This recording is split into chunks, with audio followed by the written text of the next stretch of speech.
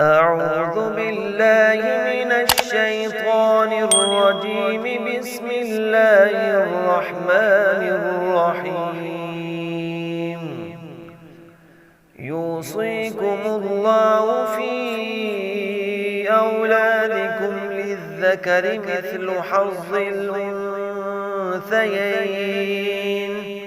فإن كن نساء فوق اثنتين فلهن ثلثا ما ترك، وإن كانت واحدة فلها النصف، ولأبويه لكل واحد منهما السدس مما ترك إن كان له ولد، فإن لم يكن له ولد وورثه أبواه فلأمه الثلث، فإن كان له إخوة فلأمه السدس من بعد وصية يوصي بها أو دين.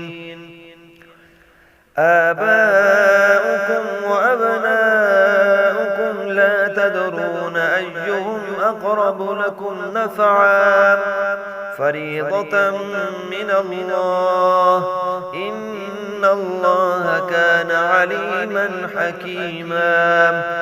ولكم نصف ما ترك أزواجكم إن لم يكن لهن ولد، فإن كان لهن ولد فلكم الربع مما تركن من بعد وصية يوصين بها أو دين.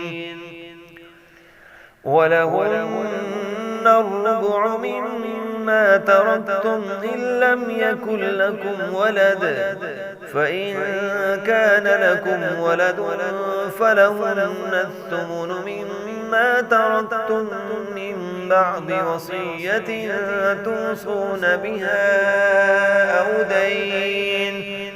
وإن كان رجل يورث كلالة أو امرأة وله أخ أو أخت فلكل واحد منهما السدس، فإن كانوا أكثر من ذلك فهم شركاء في الثلث من بعد وصية يوصى بها أو دين غير مضار،